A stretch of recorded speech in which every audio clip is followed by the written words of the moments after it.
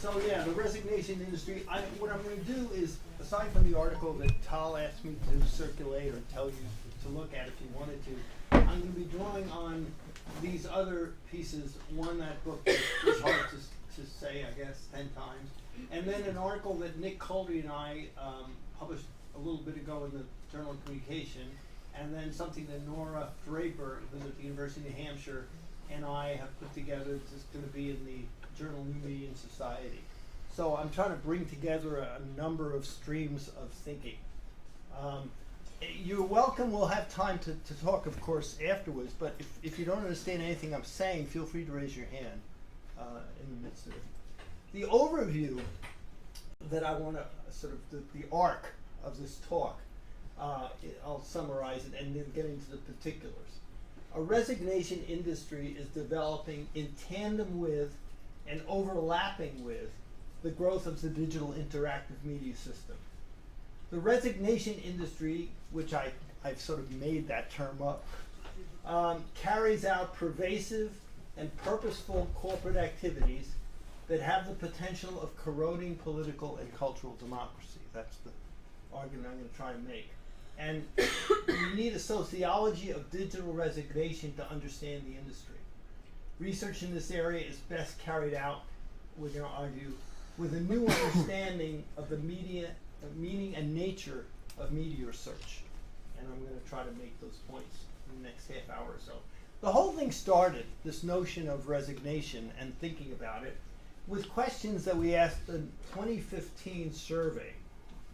Nora Draper, Mike Hennessy, and I were thinking about the notion of how do people respond to the internet world around them.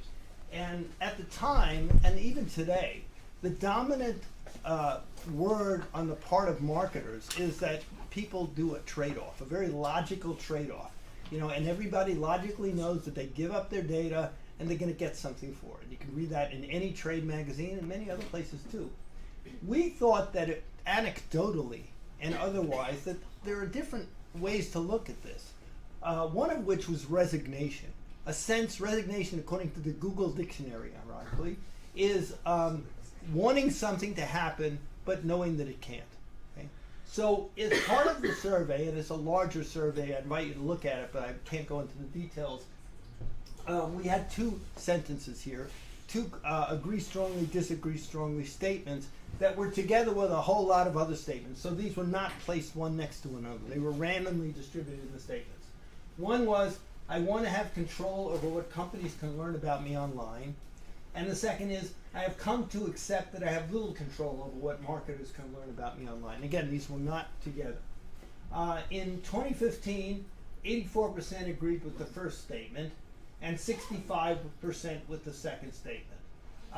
So the percentage of people who agreed with both in that time was 58%. So 58% of Americans, we said, feel resigned about their relationship to media. In 2018, we did the same questions, the same statements, and these are national surveys, I should say. They're not done on the internet. They're made through telephone calls by major polling organizations, okay? It costs each one, that survey, the 2018 survey, it's embarrassing to say, cost $135,000, okay? And we could get into the details of the problems of survey research, which are many, but I have a hard time with the idea of doing survey research on the internet because I think it skews, if you're doing questions about the internet, you may get skewed results. At any rate, findings in 2018 and 2015 is interesting. So, the argument is people are resigned. So we're saying, well, resignation to commercial surveillance can be a vehicle for undermining political and cultural democracy. A key feature of cultural democracy involves assuring people they have equitable access to cultural resources that enable them to feel they can participate actively in community life. That we're arguing is really important. And the thing is, people talk about the political sphere of political dialogue. My argument is just as important is in terms of if you're talking about the public sphere, is shopping. Okay, people shop, that's what Americans do. They shop, Israelis too, I'm sure. And when they walk through a mall and if they see prices that are different for them, okay, which is what's happening today, more and more people begin to question their relationship to the society. How active, how equitable is this way? Now, as I talk about in the Aisles Have Eyes, there's historically been a lot of inequities in the way people are related to in shopping. But this, because of a rhetoric that happened through the 20th century, there was a rhetoric that somehow everybody would get the same price, posted pricing, okay? Walk into a store, you have the opportunity to see everything. In the internet space, that's simply not true. You see different things. One person gets an Amazon homepage that's different from another person. Prices are constantly changing, and we can talk about how this works if you'd like. They're changing as you walk through the store, okay? Because of BLA Bluetooth boxes that are surrounding stores and other ways of doing this. So the industrial logic of 21st century marketing points to substantially weakening that assurance of equitable access by institutionalizing surveillance and profiling. The activities in marketing create a hidden curriculum that naturalizes all sorts of surveillance, political as well as commercial. That's one of the arguments I make about the notion of commercial surveillance. It's not just that you get seen and as you walk through the stores and they have different pricing and all, but it sort of naturalized the idea that the way to get along in the 21st century is to give up your data. Resignation is part of that curriculum. Okay, part of the curriculum of part of that curriculum of the 21st century logic is the notion of resignation. That's the argument here. The next step in this argument is that it's not accidental. I mean, I'll meet people in the street or in school, and I'll say, I can't go off Facebook. How can I go off Facebook? All my friends are on Facebook. Okay? And you might say, well, then it's sort of the structure of things, the way things happen. People are resigned because it's part of their life. And that may be true. But I'm arguing it's more than that. It's not an accidental byproduct of 21st century life. It is rather a purposeful, and I put that in quotes, we could talk about what that means, strategy on the part of commercial interests to forestall collective anger, public anger, at what Zuboff, following others, calls surveillance capitalism. Resignation is a way to stop people from getting angry. The digital resignation industry is comprised of a regularly interacting conglomeration of organizations that work to cultivate resignation among media audiences. The function is, whether they I doubt executives sit around and say, we're going to make people resign. But the function of the way they do this, and I'll give you examples, is to have that kind of consequence. It is marked by a rhetoric of obfuscation, which means obscuring of intended meaning in communication by making the message confusing, ambiguous, and hard to interpret. Okay? And so the notion is people, when they look at aspects that are supposed to tell them what's going on, it's really obscured. Now I'm using the word obfuscation different from the way Finn Burton and Helen Nissenbaum use it. They take another approach. Their approach is they want to have you obscure, right? They want you to obfuscate from commercial entities. We could talk about how that would work and whether it would work, but we're looking at the other way around, that companies use the techniques of obfuscation in order to make you confused. And these are the features that I'm going to talk about with respect to obfuscation: placation, diversion, jargon, and misnaming. Let's start with placation. Placation means to appease or pacify, especially by concessions or conciliatory gestures.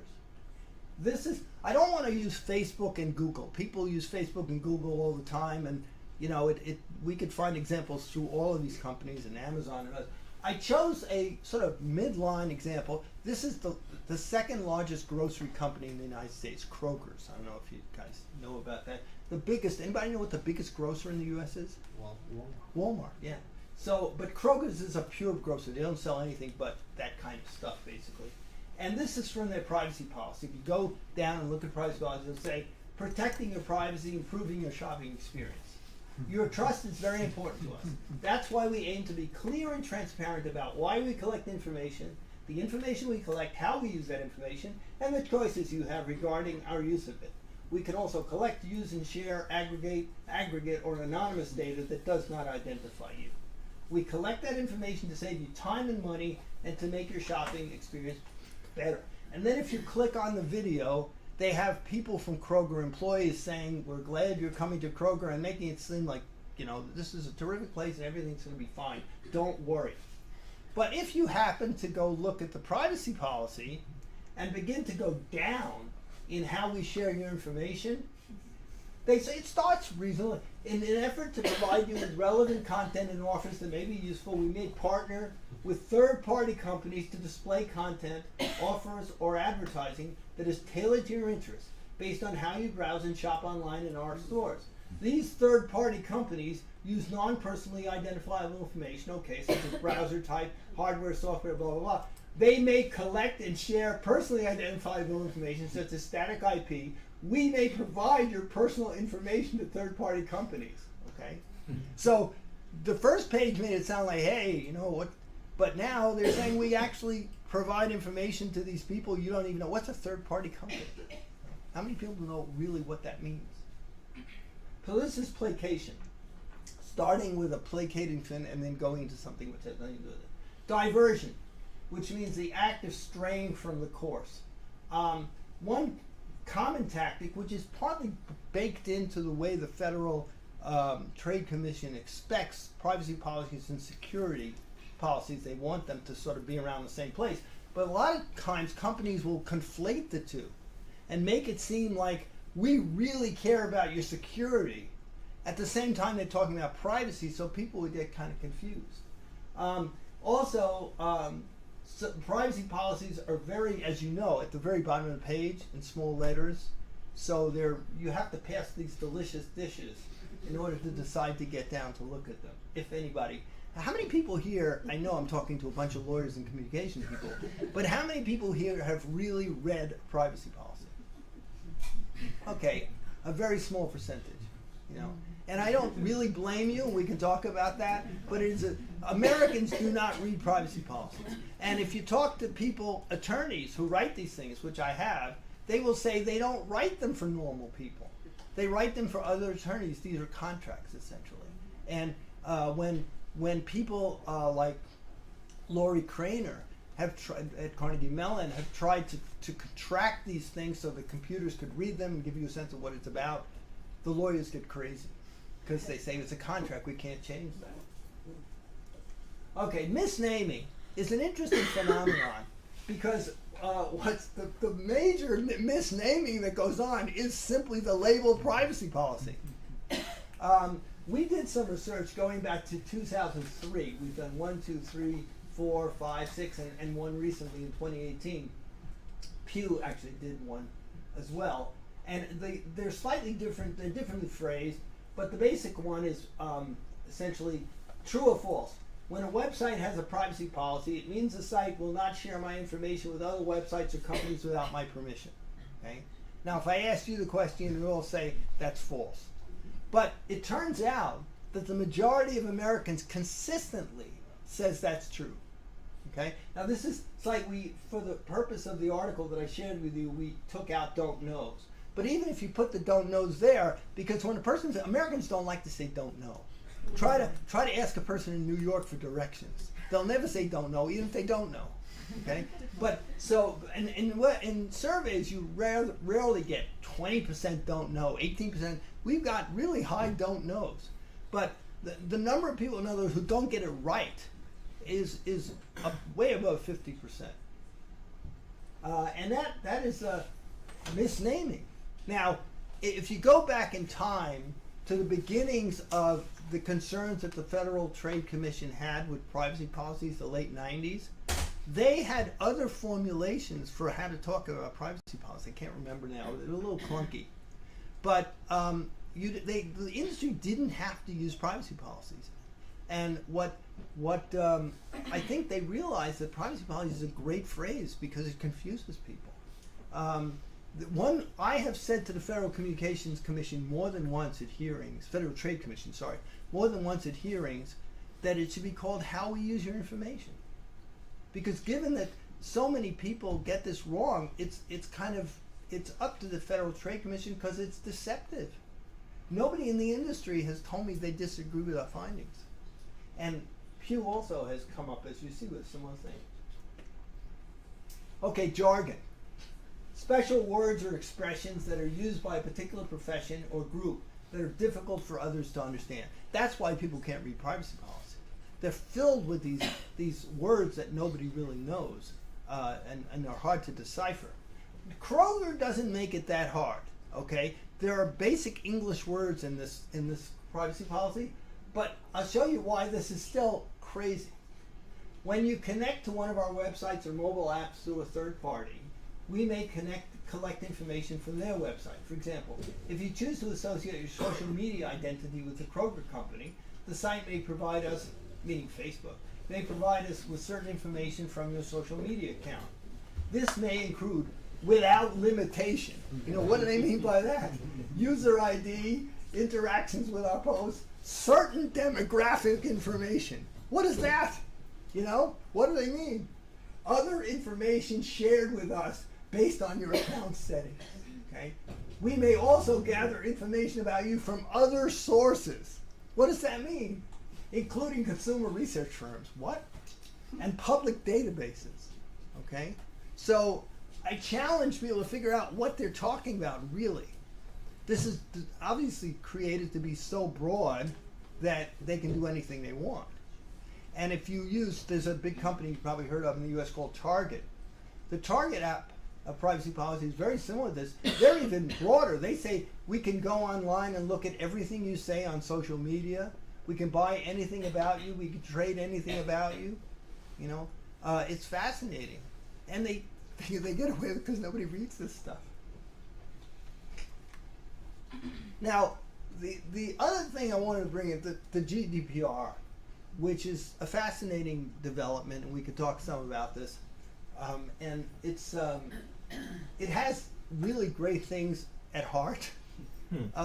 If you read it, it's kind of contradictory here and there. I'm sure people in the European Union, what seems to be the thrust of what's happening is that advocacy people, together with lawyers, are going to start testing every part of it. That's sort of beginning to happen. If you look at recently, the French regulatory agency fined Google $50 million, which is about 2 days of what they make, but $50 million, not because of being deceptive, which is really interesting, or going against the GDPR in terms of very specific knowledge of customers. They said the reason that they're finding them is because nobody can understand it. That there are so many different facets to their privacy policy, so many different levels, that it's indecipherable. Okay? And you could say the same thing about Facebook. So now Google is challenging that, but it would be really interesting to see what happens. But I'm kind of skeptical about at least the current direction of the GDPR. If you look at some things like this is it says from the Telegraph, the British newspaper I got recently. I got this on their site, and it says privacy policy. If you go to privacy policy, they say we use cookies to collect and analyze information on on-site performance and uses, and to enhance customized content with advertising. By clicking OK or by clicking into any content on the site, you agree to allow it to be placed. Now, if you go, if you go further in, they use the idea of legitimate interest, which I will suggest is the way that a lot of companies are going to try to get away with so much. Essentially, the spirit of the GDPR is that when you're using third parties to collect data or giving data to third parties, you literally have to check off, give people an opt-in for each one of those third parties. Okay? What this here says, it's fascinating. They say Other uses of your information are made for ordinary and transparent purposes, whatever that quite means, which we think are necessary for our legitimate interests as providers of news, content, and other services, including when working with our brands. So they're arguing that third-party relationships are part of their legitimate interests, and therefore they don't have to get your opt-in permission. And so they say, we use your information to do this on this basis to do the following. Recognize and remember you when you use the application, serve you ads on selected third-party websites. See? So they're doing this, arguing that legitimate interests allow them not to make you have to go through the process of ticking off every party. It's really interesting. Not all companies are doing this. The New York Times was so afraid of the GDPR that they literally decided not to use any cookies, any third-party apps like that, but rather they simply went with geographic targeting. So France, Spain, and it turns out they're making as much money as they did before, interesting enough. But that's the time. The Telegraph obviously felt they couldn't do that. And so they're using this idea of legitimate interest to, and it'd be interesting to see who's going to push them, whether this is going to work or not. Another example, this is from the Internet Advertising Bureau in Europe, which has been trying to figure out ways to finesse this whole activity. They say IAB Europe uses cookies for functional and analytical purposes, whatever that means. Some cookies used by third-party providers may be used for targeted advertising purposes. Click on one to agree and use the use of cookies. Okay, click on more information for more information about the processing of the personal data that can be collected and processed by IAB Europe and third parties. Again, they don't tell you the third parties. You probably have to go to more information, read our privacy policy, or I agree. Very few companies say decline. Which is, again, the spirit, it would be decline. Agree, decline. But that's just not what they're doing. And here's another one. This is a company that's trying to figure out a way to get you on this page to give them data. So it says, this website protects your privacy by adhering to the European Union General Data Protection Regulation. But we'd also like to see how many people visit our website by viewing analytics and conversion data, so they know they have to get these data. This means no ads or retargeting. Please state below which processes you consent to. We will not use data for any other purposes. So they have, you can consent to this, and or you can consent to this. Conversion tracking means whether or not you decide to, they can figure out whether you ended up buying something. That's a real interesting, it's called attribution, multi-touch attribution. If you go ahead and look at gloves on a site, will you end up buying gloves somewhere? Okay, and they like to track you for that purpose. And this here is metrics like page views and other things. What's fascinating about this, I say learn more about your rights. See, this is blue. This is, I didn't in the beginning, maybe it's kind of stupid, because I'm stupid, but I couldn't figure out whether, because it's whited out, that I could actually click on this. I was looking for how to get around this problem. They want you to select all and save. And select all and save, it sounds like you're getting a discount. Hanacha, save. So it took me a while to figure out that if I clicked on this, it actually would work, and I could get around the problem. I wouldn't have to check one of those. So, I mean, people sit around thinking about this stuff. So it relates to all this idea of being resigned, but because this is very confusing. And the GDPR is not is by no means a way to get out of all of these issues, particularly given the way some companies, including the Internet Advertising Bureau, are using their approaches. So creating media research frameworks for exploring the dynamics of resignation and its implications, I would argue, means rethinking our understanding of our field. Okay, that really a different approach to what it means to do media research is warranted if we're beginning to think about what this whole digital arena means in the context of people's daily lives and understanding. The traditional propositions of media research, and this I'm drawing from an article that Nick Coldry and I wrote. The traditional propositions are media exercise social power through storytelling. You know, that, think about it. Newspapers tell stories, TV shows tell stories. It's about human beings tell stories. And the history of communication research is trying to understand storytelling and the effect of storytelling one way or another. And the second is, media storytelling role is to create a superstructure that reflected its economic base, kind of standard or neo-Marxist perspective on relationship of power. How do media companies relate to larger issues of social power? These stories are forms of mass communication. And historically that was true. And so entirely divorced from whatever proximate response. When I was a graduate student, one of the cardinal principles they taught us was there is no such thing as feedback in a mass communication environment. I mean, that was, in those days they said the idea of mass communication is no direct immediate feedback. It's always through regulatory ratings companies and things like that. And so there really is no way to find out how people think. And of course, right away, people, even back in the 80s, people were questioning some of these propositions. Raymond Williams, Dallas Mize, in ways that Adorno and Horkheimer, this was 1984 as a reprint, but back in the 40s, they were writing about the issue of the base and superstructure, and maybe the media are part of the base as well as the superstructure, because people are.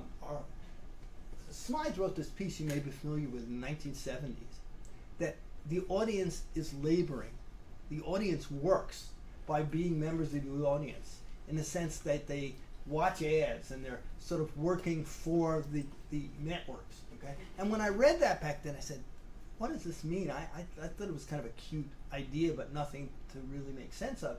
But it was way ahead of its time, because today people really do work when they go online in terms of some of the things Facebook wouldn't exist. You know, you could say, what does work really mean? But Facebook wouldn't exist without people's contributions, and Google as well, and in other ways. Smalley's argument about audience contradicted the then prevalent truism that audience members couldn't immediately interact with mass media. And of course, you had talk show radio back then and everything too, but it proved deeply prescient.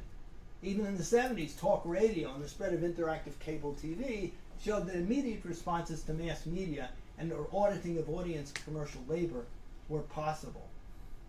The notion that popular media had no ability to garner immediate audience feedback was demolished, right, with the advertiser-sponsored internet. The internet changed everything when it came to thinking about audience, certainly on the part of the people who are creating the content. The notion, I don't know if you've ever heard the expression that was supposed to be either John Wanamaker or Lord Leverhulme. I know that 50% of my advertising works, but I don't know which 50%.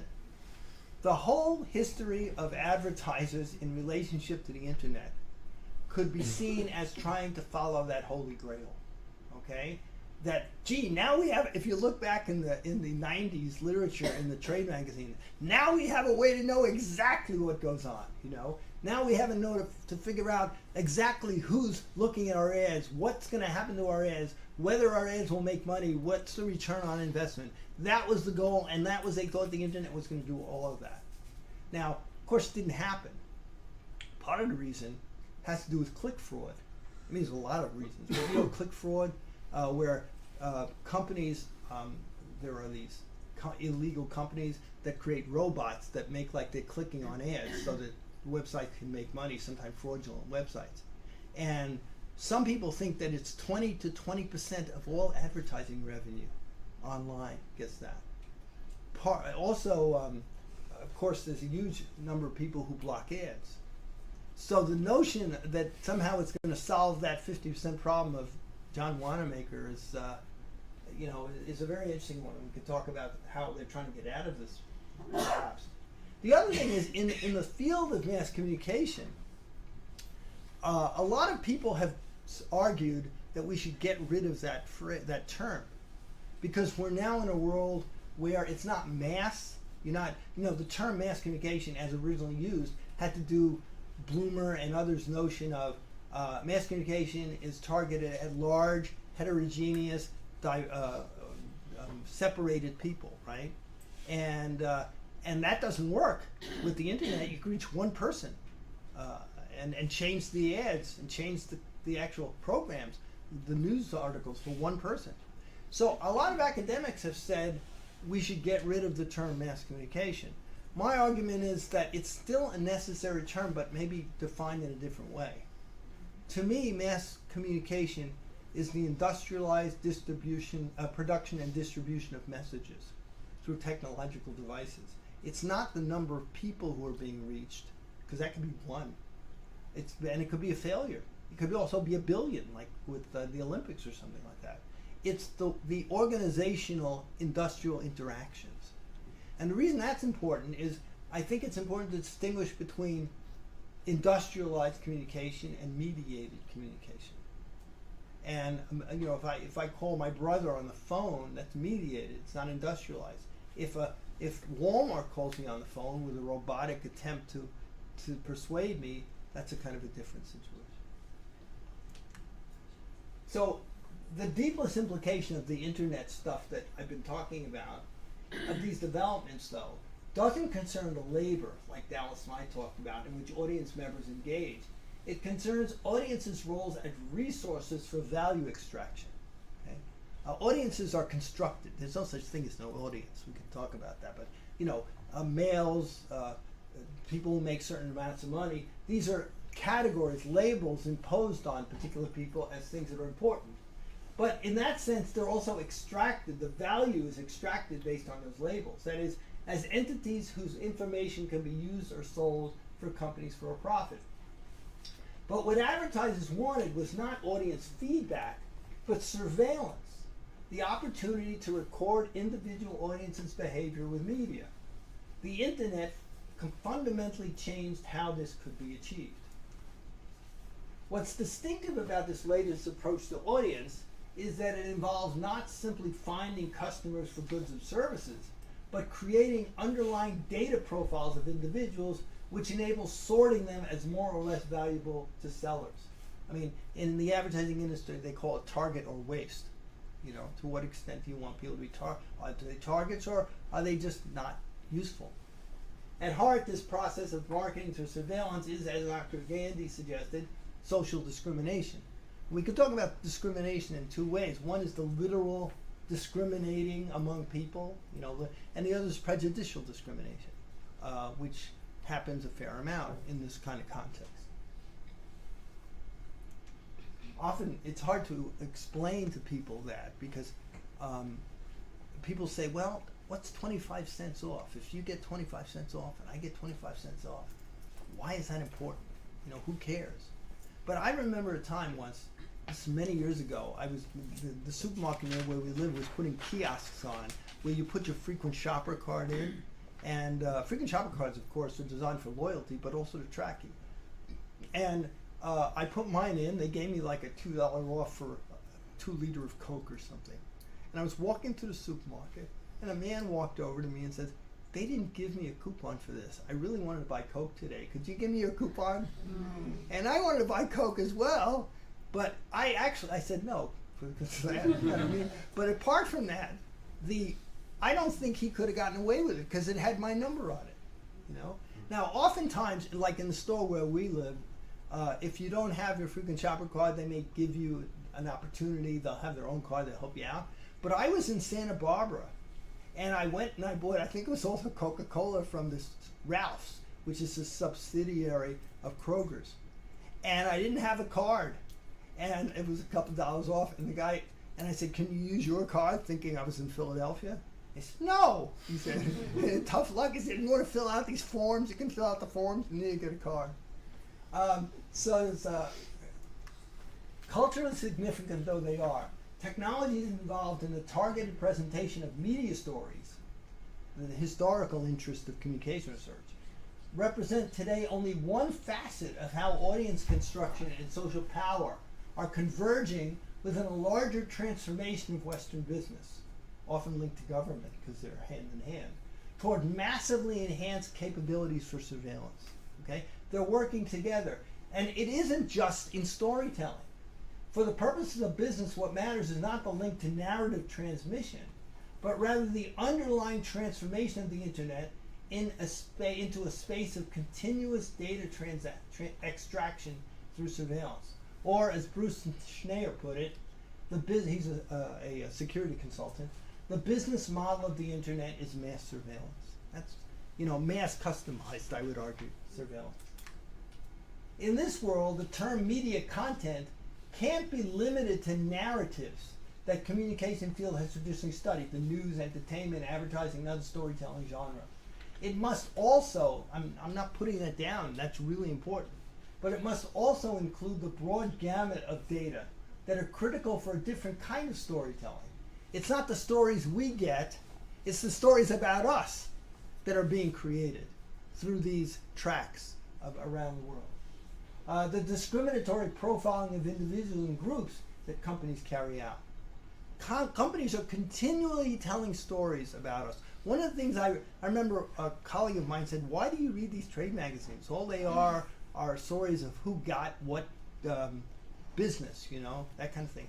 But I think reading Advertising Age or Adweek or Variety or Media Post, advertisers have to keep up with what's happening in society, and they're constantly telling stories about what society is. Who's a man? I'm not exaggerating. Who's a woman? Okay? What's an African American? These are stories that are continually being refreshed through the trades, through using research that they bring forward and other kinds of discussions.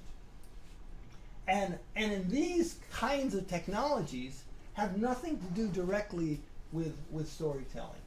Mobile personalization is the idea of following you wherever you go, and that takes off on Raymond Williams' mobile privatization, which was a whole different thing. But mobile personalization, companies now, as you probably know, can locate you almost wherever you are. Geolocation is a big deal. Shopping, I think supermarkets are incredibly interesting. And I remember when I started doing the research, my students thought I was a little out of my mind, they're really cavalcades of media. Packages, mats on the floor, sometimes music and radio up on top. They're constant ideas about the world and about how to think about the world. Think of what's on a cereal box. Fascinating stuff, cereal boxes, And for kids in the back, and also how many calories you're getting, and certain norms about how to look and all this kind of stuff. Really interesting stuff. And yet our field doesn't pay attention. I once asked a student of mine, one of my research assistants, to look at the last two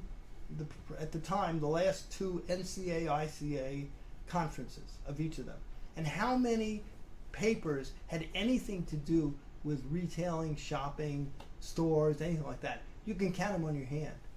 And most of them came from a course that I gave, about this stuff. So it's really interesting, but our field is rather conservative about these things. The Internet of Things, which is beginning to be looked at, Alexa or Siri or any of this. How many, I know in Israel it's not that advanced, but how many people have an Echo or an Alexa thing? 2. You say that embarrassed? Shouldn't be embarrassed. It's disconnected. Oh, I do too, but I'm studying it now, so I have to pay attention to it. Yeah.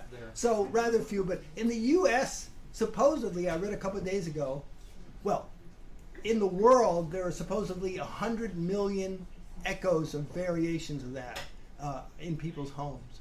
And in the U.S., close to 30% of Americans' homes have either a Google Home or an Amazon Alexa Echo.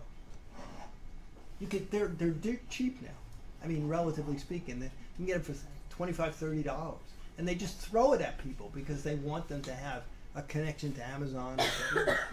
And the Internet of Things, of course, is more than that. It's the lights and all this other stuff. So a company would know, and what they do with this stuff, we're not sure yet. But Alexa knows when you ask it something, whether you're in the kitchen. Am I talking bad? Sorry. Whether you're in the kitchen or whether you're in your living room or bedroom, because people can label these things. And so they can actually draw conclusions about your voice. Amazon recently had a patent. They got a patent last October. And the nature of the patent is the following. A woman says to Alexa something like, Alexa, what kind of, I'm thinking about having dinner now. Can you give me a recipe? And Alexa says, you don't sound like you're well. How would you like chicken soup? And the woman says, no, not today. And Alexa says, well, how about cough drops? I can have it delivered in 2 hours. And she says, that's terrific. So the patent is for knowing the sound of your voice when you don't feel well and making inferences about that in order to sell you particular products. So this is the notion of telling stories about you rather than about other things and making that part of their interaction with you. So the home, in general, is becoming an advanced terrain for tracking. And we could go into the whole history of the home and the, it's never been totally a haven in a heartless world, as somebody called it. There's always been porosity between the outside and the inside. But now, since kids began to have computers in the home, things started going out, not just coming in. But this is even more so. Very interesting stuff. And I would argue that voice is at the leading edge, given Alexa and Siri, of biometric tracking. There are companies that, including in Israel, that say they can know what diseases you have. They're trying to figure out diseases based on the sound of your voice. NICE systems and Beyond Verbal. NICE is in Ra'anana. I don't know where Beyond Verbal is. So often unrelated to the production of tales for audiences, the media involved in these new narrative activities have hardly been studied at all by communication researchers. New marketing and data processing developments means that while the term media may continue to attach to the distribution of narratives, researchers must now conceive it as a convergence of message circulation technologies with data extraction and analysis technologies that are linked to everyday objects, typical of our new mobile personalization era. People now find out they lost their phone quicker than they lost their credit cards. I mean, it's that much a part of your body. Ignore these wider infrastructures of communication and we miss the transformation of social economic order and control that's underway today. So digital resignation is an integral part of that process. It's a process that keeps the data analytics engine going by cultivating a vision of reality that makes surveillance, surrendering data, profiling, and discrimination based on that seem natural in the 21st century. How exactly does this process work at macro, meso, and micro levels, and the combination of the three? And how has it developed historically? To what extent do the terms agenda setting, cultivation analysis, and digital divide have new resonance in this new era, new terrain? What are new approaches to the hidden curriculum, to normalization, to socialization? It's fascinating. Parents are taught by their kids how to use things relating to the digital era, how to use Alexa. Teachers begin to pick it up, and you have an intergenerational transfer of norms around these new, paraphernalia, which also relate to the intergenerational idea that giving up these data is fine. And in 15 years, maybe people wouldn't have even thought that it would be any different. To what extent and how are traditional media content genres used in new ways as bait to encourage us to release data, locational data, biometric data, emotional data about ourselves? I'm sure you're familiar with when you download an app, it'll say, can we use your location? And you might wonder, why does this company need my location? Often they don't. They sell it. It becomes part of a marketplace. But if you're in a rush trying to get your data down, the app in, you may say, okay, fine, and most people do. So it's a really interesting new era. But these are questions that we really don't know the answers to. We don't even know the answers to the basic question. People say young people are just giving up their data, they don't care. We're not so sure that's true from some of our surveys. We find that in the privacy of interviews, people 18 to 24 give answers that are pretty well statistically like people who are older than they. But, you know, the idea of sexting and all that, people talk about that, young people give up their data. That it may be a maturational thing, it may be a generation thing, we're really not sure. The other thing I'm not sure about is whether it's true. It may be that old people say stupid things, but they're not going to sext. Maybe they give up their grandchild's name or show photos of their grandchild's. Nobody's really looked at whether old people are just as idiotic as adolescents when it comes to these things. People keep on picking on young people when it comes to this stuff. But so we don't even know that. There's a whole lot of things that are fascinating about this. The societal stakes in developing this expanded research agenda are high. The massive increase in data production, processing, and profiling depends on activities of continuous surveillance, which are fundamentally in tension with the basic freedoms on which democratic processes develop. Worse, they may be undermining the basic levels of trust and legitimacy on which civic, economic, and political institutions depend. One of the things that I've been thinking about recently is what I call the drive, the unending drive to personalization. What you end up happening, we moved from an era of one-to-one interaction in the peddler era, the early market, say before 1860. Then there was a kind of mass development of marketing, but also segmentation. And with the beginning of the internet era, we have more and more personalization. But now, for reasons that I've just told you, advertisers don't think they can get nearly as much out of what they're doing as they thought, because of click fraud, because of people using other people's cards, because of people not paying attention to ads. And so the industry is moving toward new ways of ratcheting up their knowledge of people, including biometrics. And this voice business of Alexa and Google is the beginning. That's the most pervasive, but of course face is out there too. And it is a way of ratcheting up the notion of personalization, a new level of personalization. And then they're going to find out that that's not enough. And it's going to be ratcheted up to an even greater level of knowledge about individuals. So as academics, we're in a privileged position to illuminate these tensions critically and so contribute fundamentally to society's understanding of an economically driven transformation of the very nature of the social order. Thank you for listening.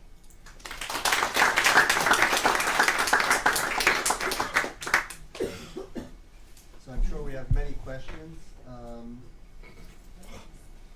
Who would want to start?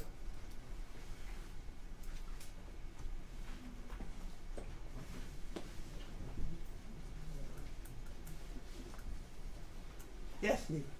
So, do you envision in this picture cutting out the advertiser? Like you described to us Alexa, for instance, where the next step would be that it would simply move on to purchase the medicine, right? Without even asking whether this is a chicken soup that you want. Yes. And that would be the inevitable step, right? If you have full surveillance and there is a lot of data about your needs, why bother convincing people to buy things where you can actually provide them with some things? Well, that is exactly the direction the industry is going. The big fear, I don't think it's ever going to be totalizing, but the big fear advertisers have is that people are so turned off by standard commercials that they're moving in other directions. And the directions are, you've heard the term native advertising, they look like part of the editorial matter, or branded commercials that are kind of branded entertainment, where the company creates an entertainment venue or product that looks like entertainment that you'll be part of it. And so they are moving exactly in that direction. Amazon figures that the more they know about exactly who you are, the more they have an ability to get right to the point. And yeah, so you're absolutely right. So Michal and I had a paper on this that is called Algorithmic Consumers. Yeah. That envisioned this. But in this paper, there is no role to the advertisers as you describe it that is also shaping preferences. So question is, where are we going to see these, the way in which social norms are evolving, and so not advertisers, suppliers, right, providers, producers would want to affect us in a new type of manner that does not come from the propaganda, right, or the type of consumer manipulation that we have seen in advertising as you've described it. Well, it raises some very interesting problems. For example, with Alexa,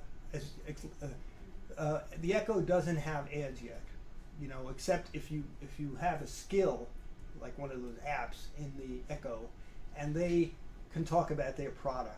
If you go to them, they can show you an ad, or you can listen to an ad for their product. But in general, it doesn't have advertisements.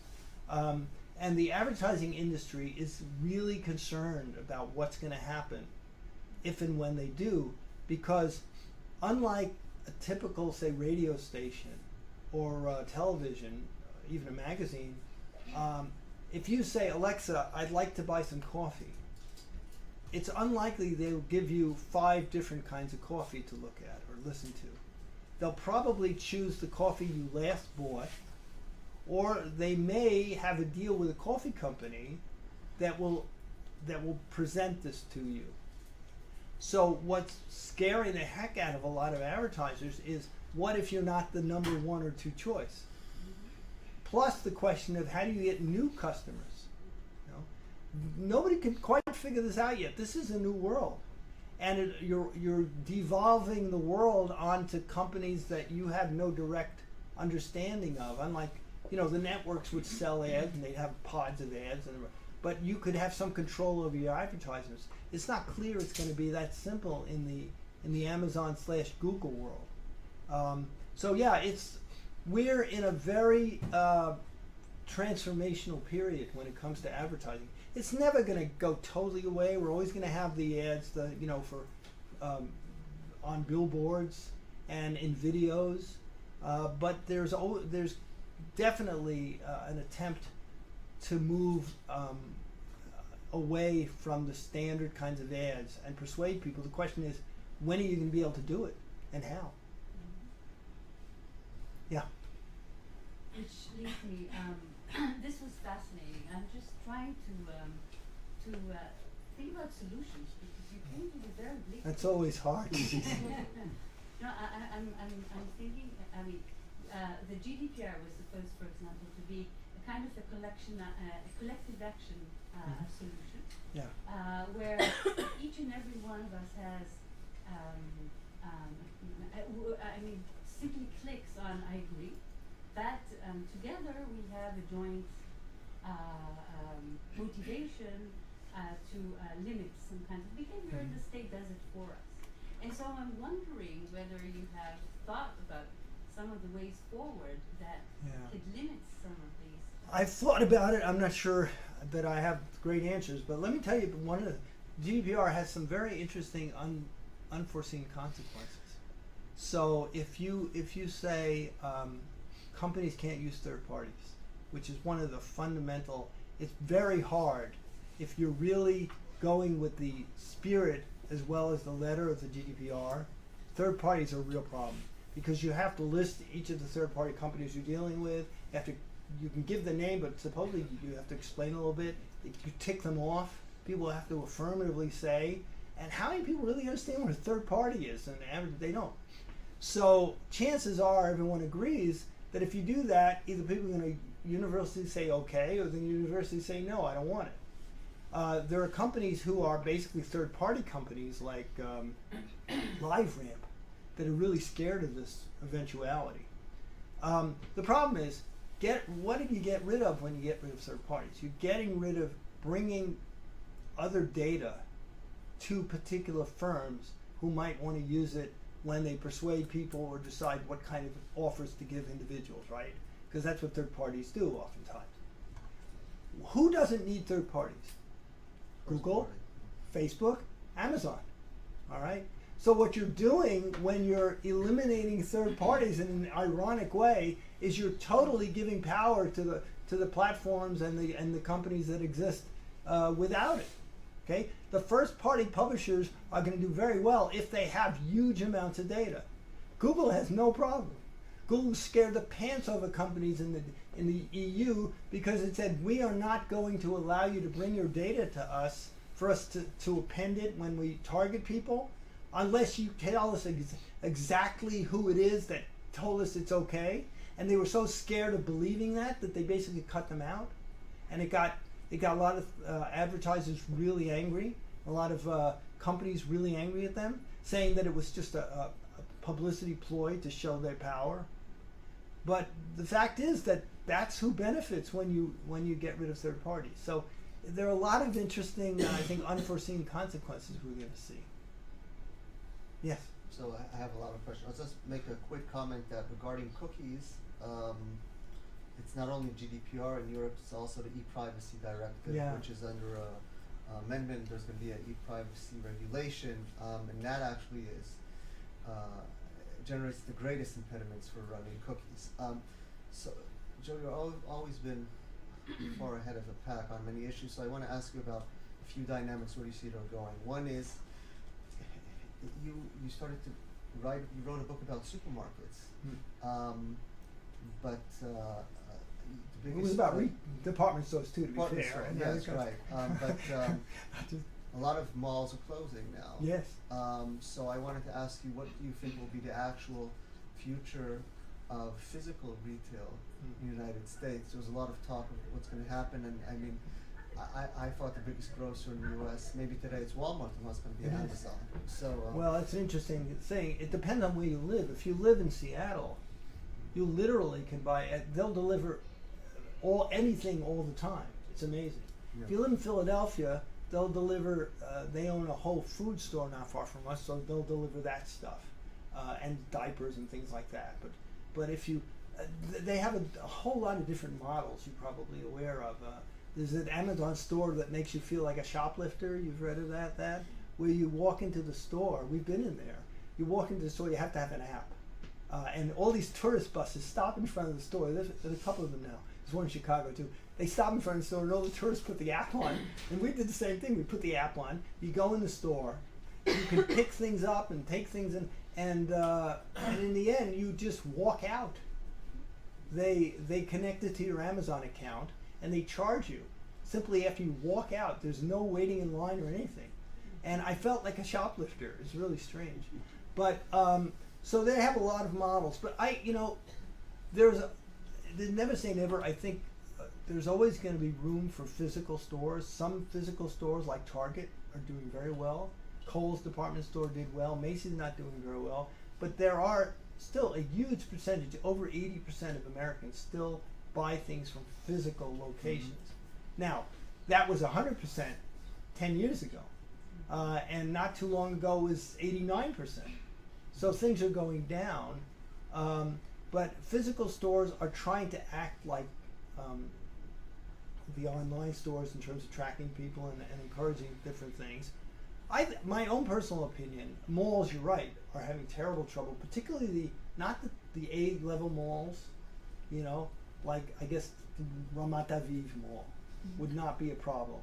But malls that are B and C level malls are really closing, or they're turning a lot of their stores into restaurants as an environment of entertainment and stuff. The other thing that's happening, which I actually do think this is part of the wave of the future, stores are getting smaller. And I don't know if you know the store Bonobus. Bonobus is a company that if you walk, it's a men's store. You walk into the store and they have basically one item of each in the size of that item. That's it. You can't buy it. You have to order it. And they ship it to you. And the purpose of the store is simply to allow you to try it on. And then when you go, once you get the notion of what your style is with Bonobus, you don't have to go there anymore. You go online and you know that you're this size, and they'll simply send you whatever it is. Bonobus is now owned by Walmart. And they don't like to publicize that because it's a very different image. But Walmart, I lose track of time, 5-6 years ago got scared out of its mind about Amazon. and they poured enormous resources into being a web company. Beforehand, they hadn't, and they are now doing very, very well. Not like Amazon in terms of sales line, but they overshadow Amazon in their total sales. So I think what's going to happen is stores where they have small individual goods that you can try on. Malls are going to be smaller, they're going to be fewer. You know, they talk all about drones to deliver stuff and all this. That's probably going to happen. And UPS and FedEx and Amazon now has its own planes. So we're moving into the world not just of personalization, but of logistics.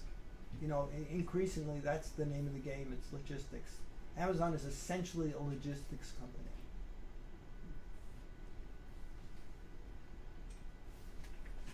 Yes. But would you say, and just continuing what Zarsky just said, would you say that the offline world is actually, I think it's benefiting from what you described in your presentation, because if I'm surfing online and they get information about my interest, they can advertise it to me, and even if I eventually go shopping in, I don't know, an offline store, I still am contribute, and then I'm using my card and it's still going. So the distinction between offline and Absolutely. online purchase is not. You're absolutely right. I say these terms, offline and online are meaningless terms anymore. I mean, I use it unfortunately, but it's like a shorthand. But it isn't. They're meaningless for exactly the reasons you suggested. And Google has deals with credit card companies to figure out the remember we talked about attribution, to figure out how successful in aggregate a particular ad was, so they can tell their advertisers. And the deal is that the credit card companies tell them what was bought by these types of people, and they know essentially how successful their online work has been offline, as it were. But these terms are meaningless now. Yes. Oh. Yeah.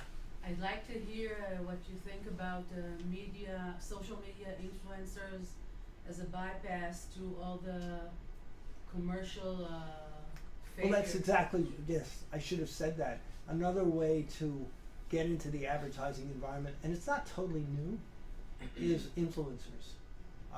You know, people have always been, at least stars, you know, George Clooney from Nescafe and stuff like that. Now what they've decided is that there are certain people on the internet who can make a fair amount of money fronting for advertisers, but it's really interesting. Because what started out 10, 15 years ago as mommy bloggers, you know, these were supposedly women who had kids and they had nothing to do when the kid was sleeping. They go online and talk about their kid, or, you know, things they use for their kids, has literally mushroomed into an industry. There are now professional influencers who make deals and write contracts with big companies. And there are agencies that match companies with influencers. And I went to a mini conference that one of the trade magazines put together about a half a year ago on this topic. And there's some, and now it's also in the trade press, the tensions under influencers, because on the one hand, aside from the fact that they're not supposed to lie, they have to tell the truth that they're representing themselves, and they try to finesse how that is. Beyond that, it's the issue of, do people buy representation? So for example, if you're on Twitter, there are ways to buy followers, and that has become a bit of a scandal. I even read that a couple of academics have bought followers, which is crazy. It just shows what tenure has gotten to, you know. I have never been in a tenure meeting where they say, how many Twitter followers does this person have? But this is where it's coming to.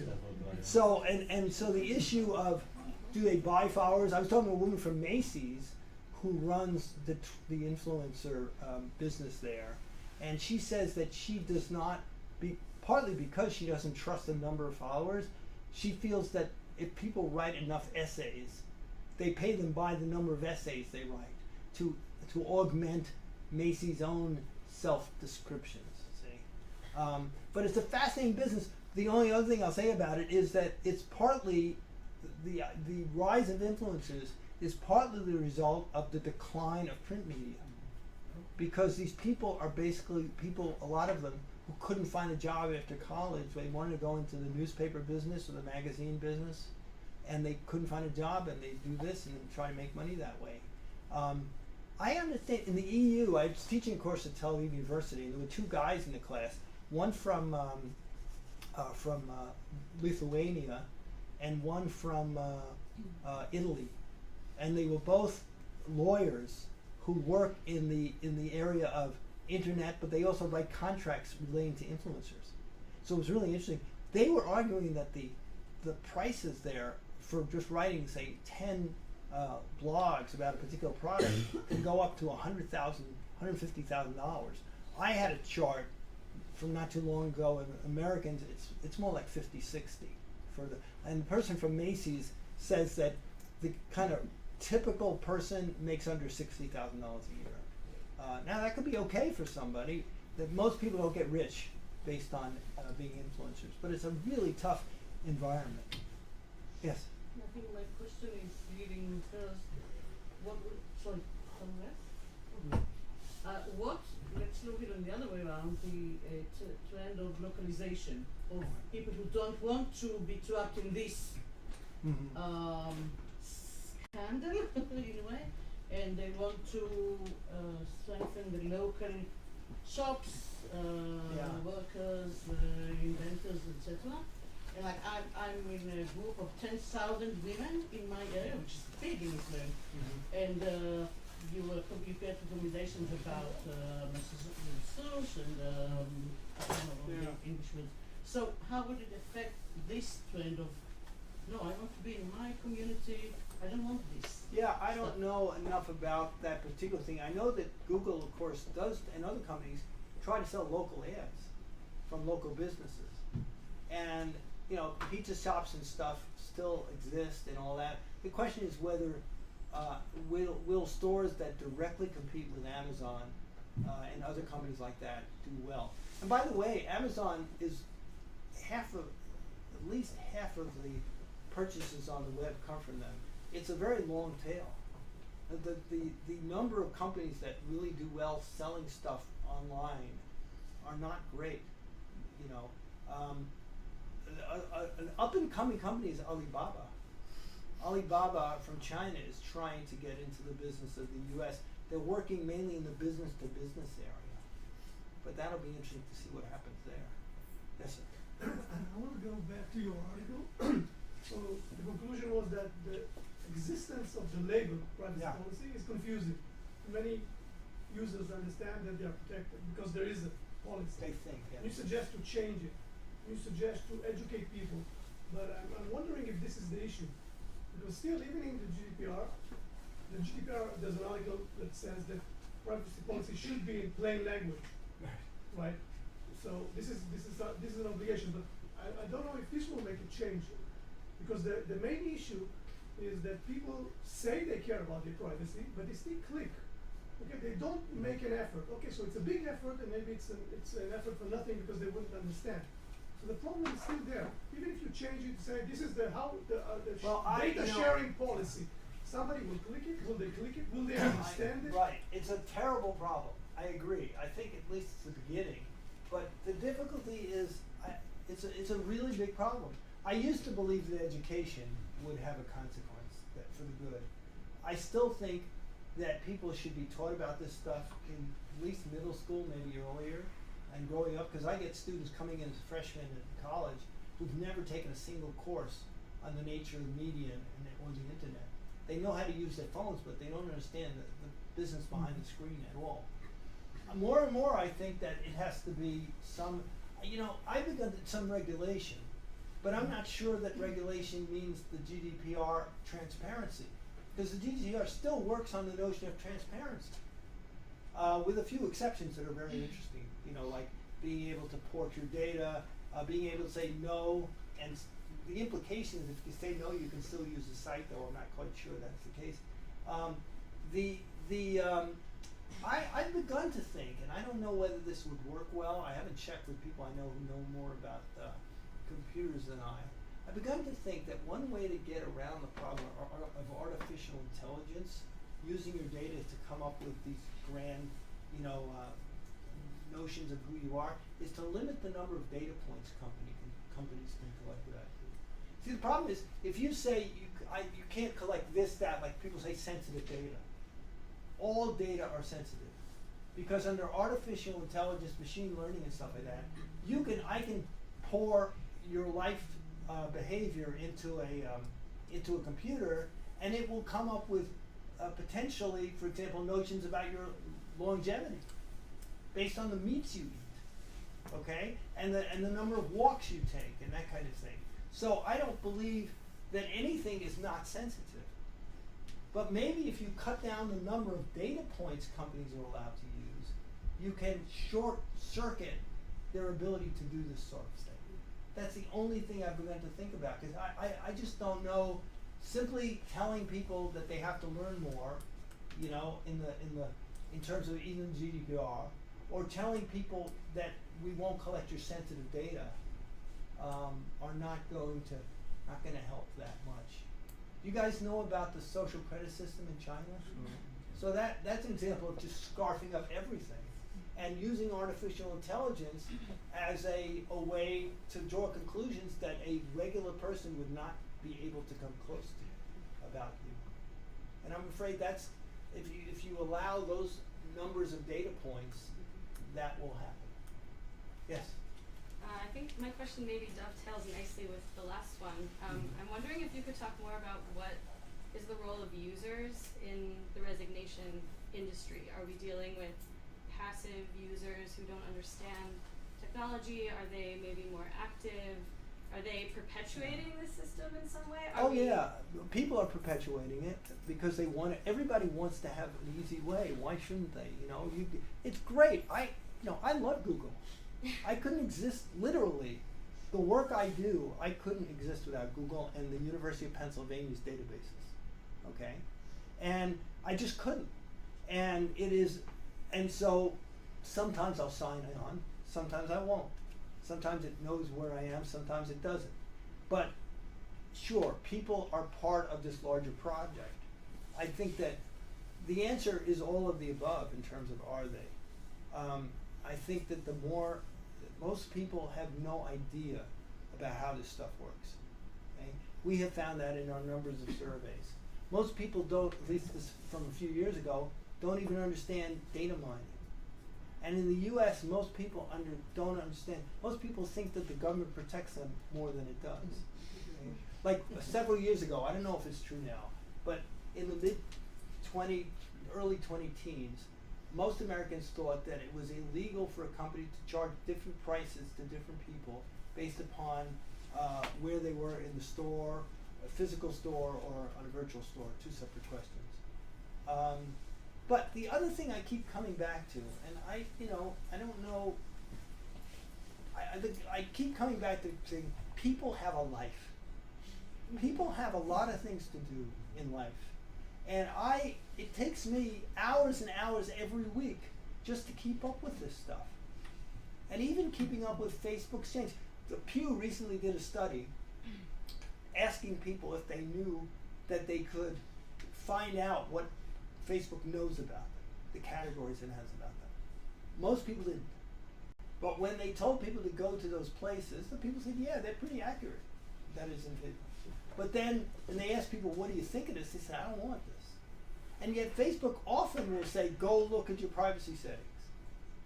People don't do it.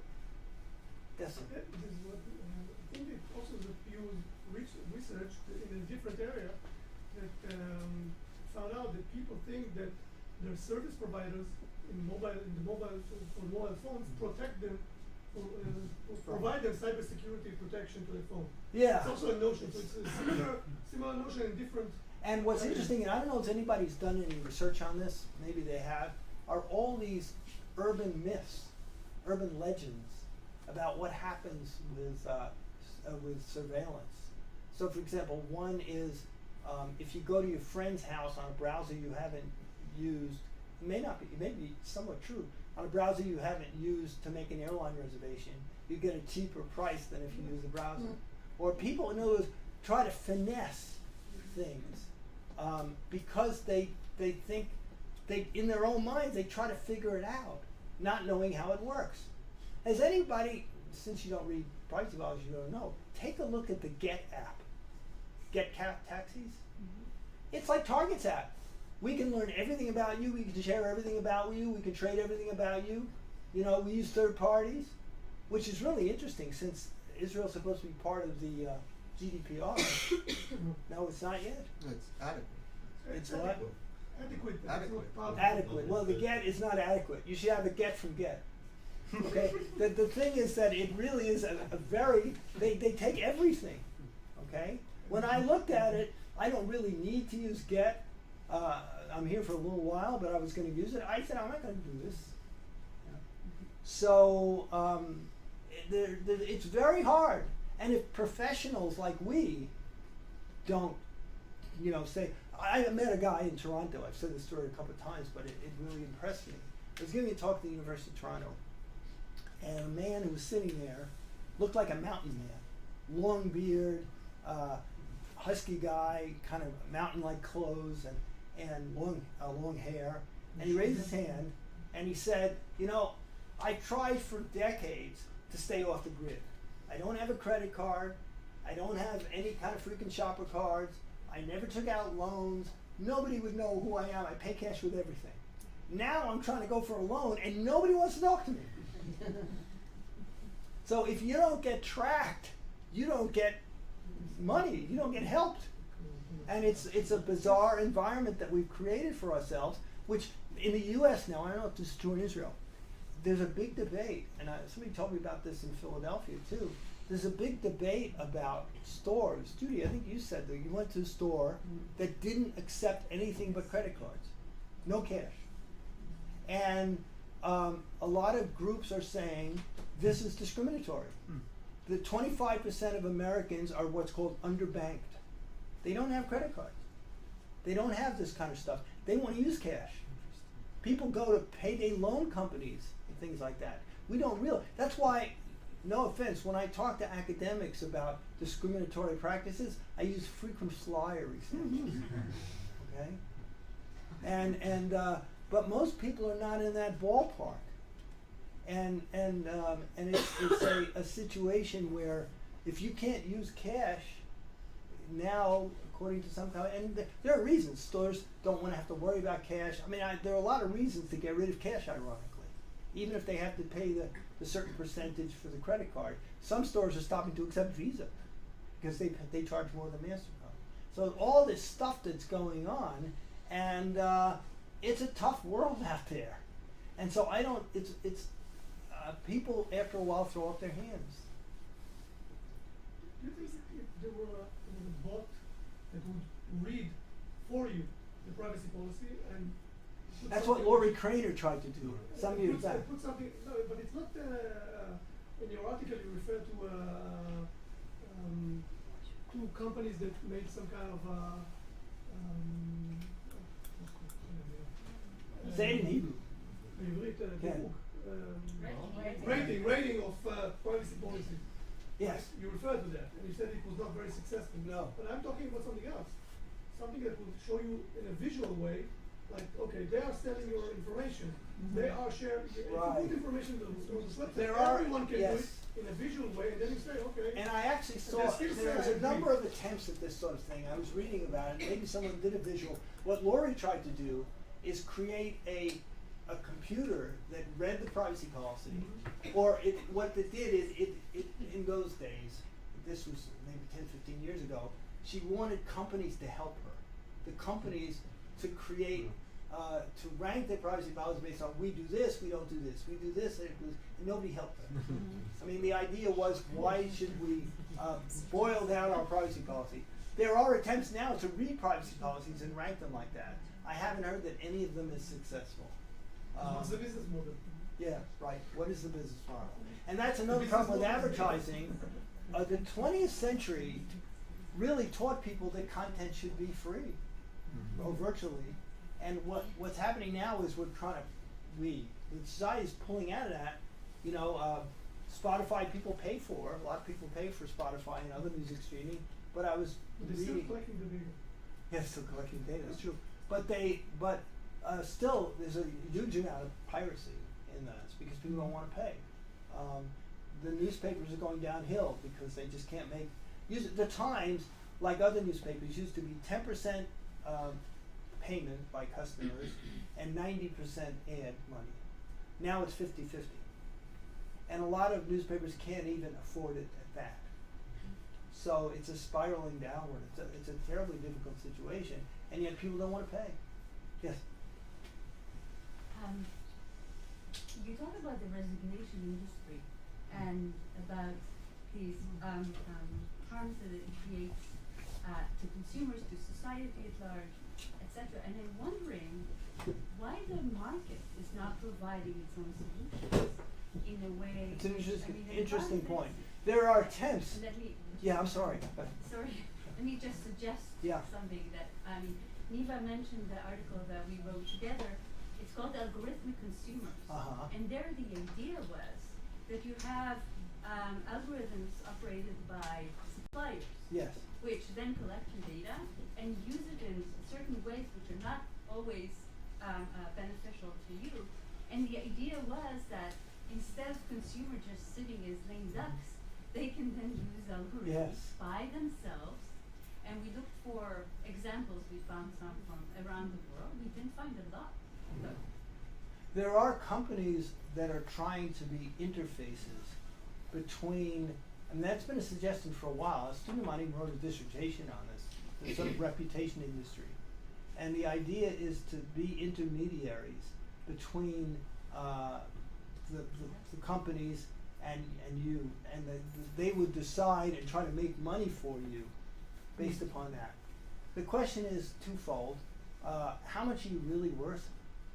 Okay, somebody figured out, if you look at the number of people who subscribe to Facebook and divide it by Facebook's valuation, it comes out to $130. So between $100 and $200, I think it was, per person. I'm not absolutely sure. But none of the issues that I just brought up are solved by what you just suggested. What it does is it allows people to make money off of their data, but you really don't know a lot about the profiles that companies have about you. You don't really know. I mean, when they say, we know that you ride bicycles, we know that you go to this particular site and that particular site, that's fine. But when push comes to shove, the profiles that companies use about you are far more textured. It's not, what they tell you about is what they got based upon individual visits that you had. But put into a machine learning environment, those data points, sometimes more than 100, are much more sophisticatedly dealt with. And you wouldn't know that. You would be hoping that, I got $20 here, $50 there. It might be useful to some people, but it would mean a drastic change in the way our society thinks about itself. if I can just follow Yeah. up, one point or one suggestion here is that you actually limit the number of data points or the ability to use the data about you. Uh-huh. Because an algorithm, for example, buys things for all of us together. Yeah. It aggregates our preferences and it buys for us. So the supplier doesn't know who's the real buyer. So the digital profile. I'll have to read the article. I apologize for not having read it. But that sounds interesting. I just don't know enough. I'd have to look at it particularly. I wanted to ask, you said that there was this idea that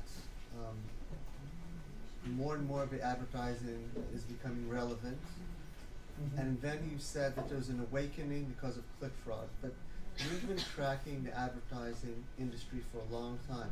Do you actually now see that advertisers and the firms behind them are not willing to pay up the additional premium that the websites are charging, and therefore things are changing online? Well, what's happening is, while people are still using marketplaces, open marketplaces to buy things because it's so cheap, hoping that even if 20% of what they do are robots, what a lot of sophisticated companies are doing are going to private marketplaces. than making direct deals with important media firms like the New York Times or CBS or something like that.